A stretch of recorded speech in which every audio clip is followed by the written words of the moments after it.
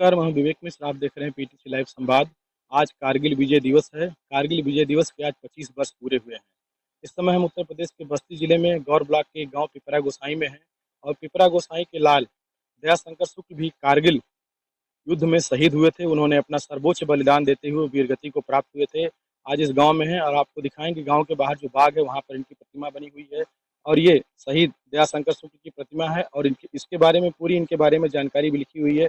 देखिए, शहीद दयाशंकर शुक्ल राजपूताना राइफल्स में जो है ये पूरा इनका विवरण दिया गया है और ये जो 31/7/2000 में जो है इनका वहाँ पे वो शहीद हुए थे और ये बताया जा रहा है कि उस समय जो है बम फटने से जो है ये ये घायल हुए और घायल होने के बाद शहीद हुए थे। ये पिपरा गोसाई गांव में हम हैं, जो जब कारगिल युद्ध चल रहा था, आज उसके 25 वर्ष पूरे हुए हैं और यहाँ पर इनकी प्रतिमा बनाई गई है और पूरा उसमें विवरण लिखा हुआ है। तमाम सारे यहाँ पर काम भी चल रहे हैं। यहाँ पर देखिए, अभी जो ये टाइल्स और दूसरे काम यहाँ पे पूरे कराए जा रहे हैं और ये पैतृक गाँव है।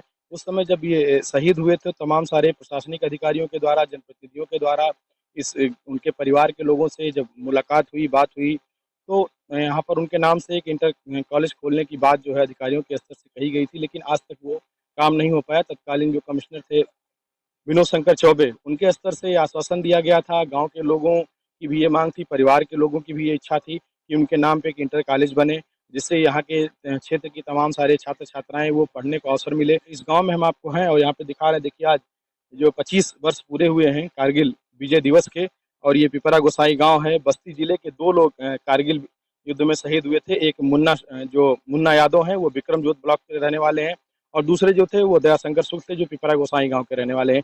इनके परिवार के भी कुछ लोग यहाँ पे हैं, अभी उनसे बात करेंगे और जानेंगे क्या कुछ पूरी कहानी थी, कहाँ पे लड़ाई चल रही थी, किन किन परिस्थितियों में वो शहीद हुए और घर वालों को कब सूचना मिली और जो प्रशासन की तरफ से जो कुछ कहा गया था, जो आश्वासन दिया गया था, उस पर अब तक क्या कुछ हुआ है। हमारे साथ बात करने के लिए कारगिल शहीद दयाशंकर शुक्ल के बड़े भाई कृपा शंकर शुक्ल जी हैं। कैसे सूचना उस समय मिली, क्या स्थिति थी जो आपको बताया गया, फिर कैसे पूरी जानकारी हुई कि इस तरीके से जो है शहीद हुए हैं। वो जो है शहीद बारामूला में हुए थे। उसके बाद हमको पता चला कि सब शहीद हो गए। तो ये बस्ती में जो है सूचना मिला, बस्ती हम लोग गए तो पता चला कि मतलब शहीद हो फिर कितने दिन बाद उनका वहां से शव आया। गए। 3 दिन बाद, 2-3 दिन बाद आए। जिला प्रशासन से सारे लोग आए रहे होंगे। हाँ, सब आए थे। ये भी बताया जा रहा है कि वहाँ जो अधिकारी थे प्रशासन के, उनके द्वारा ये कहा गया था कि इंटर कॉलेज उनके नाम से बनाया जाएगा। क्या कुछ पूरी बात थी। वही पेट्रोल पंप मिला है। हम्म, हम्म, गांव में इंटर कॉलेज की भी बात हुई थी। हाँ, हुई थी लेकिन मिला नहीं। उसके लिए आज तक प्रशासन के स्तर से या जनप्रतिनिधियों के स्तर से कोई बातचीत। कोई कुछ नहीं, कुछ नहीं।